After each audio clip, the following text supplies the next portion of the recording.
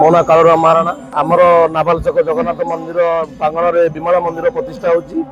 ଆମର କାଲି ଅଧିବାସ ଥିଲେ, ଆଜି ଜଳଯାତ୍ରା ହେବ। ଜଳଯାତ୍ରା, ନାମଯଜ୍ଞ, ଅନ୍ନଯଜ୍ଞ, ଭୂତଯଜ୍ଞ ସବୁ ପ୍ରକାର କାର୍ଯ୍ୟକ୍ରମ ଅଛି। 10 ଖଣ୍ଡ ପଞ୍ଚାୟତକୁ ନେଇକି ଏ ଅନୁଷ୍ଠାନ ହେଉଛି। ଆପଣମାନଙ୍କ ମାଧ୍ୟମରେ ଯେତେ ଭକ୍ତ ଆସି ଆମର ଯଜ୍ଞକୁ ଯୋଗଦାନ କରିବେ, ଆମେ ଉତ୍ସାହିତ ହେବୁ। ଆପଣଙ୍କ ମାଧ୍ୟମରେ ଜଣାଉଛୁ, ଅନ୍ନ ଛତ୍ର ପୁରା ଦିନ 12ଟାରୁ ରାତି 10ଟା ପର୍ଯ୍ୟନ୍ତ ଚାଲିବ। ଆମର ମେଳା ବି ପଡ଼ିଛି, ରାମଦୋଳି ବି ପଡ଼ିଛି। କେତେ ଲୋକ ଜଳଯାତ୍ରା ପାଇଁ କେତେ ମହିଳା ବର୍ତ୍ତମାନ 2000ରୁ 2500 ଜଳଯାତ୍ରା ଯୋଗଦାନ ଦେଇଛନ୍ତି ମହିଳା। ବାକି ଆମର ସଂକୀର୍ତ୍ତନ ଅଛି, ଘଣ୍ଟ, ଡିଜେ ଯାତ୍ରା ସବୁ ଚାଲିଛି। କେତେ ଦିନ ଧରି ଚାଲିବ? ଆମର 14ରୁ ଆରମ୍ଭ ହୋଇଛି, 14, 15, 16, 17, 18 ପର୍ଯ୍ୟନ୍ତ ଚାଲିଛି।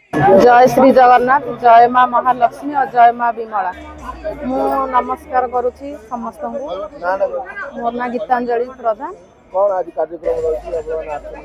एटा तो हमर विमला माँ का मंदिर प्रतिष्ठा होची। बहुत दिन रु समस्त भाबुथिलु आज सेटा हे जाउची, माने माँ का प्रतिष्ठा हबो।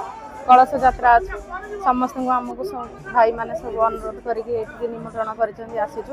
मु भी काली पुरी जाइथिली, माँ को सेठी प्रणाम करके माँ को निमंत्रण देके मो तरफ भी मु आसी जाइथिली। चल आज समस्त 4 दिन धरी चलिबो समस्त सहयोग रे आनंद। योगेंद्र साहू आमर डुंगमाल ग्राम पंचायत रे अवस्थित जो जगन्नाथ मंदिर प्रांगण में विमला मंदिर आज प्रतिष्ठा होची। आज गतकाली आमर अधिवास थिला 15 तारिख रु 18 तारिख पर्यंत आमर चली रहिबो कार्यक्रम। प्रतिदिन 15 रु 20 हजार श्रद्धालुंकर भिड़ रहिबो। जोथि अन्नछत्र व्यवस्था भी करा जायछि। लोकंकर श्रद्धालुंकर मनोरंजन पाई आमर कार्यक्रम विभिन्न प्रकार कार्यक्रम सांस्कृतिक कार्यक्रम भी रही।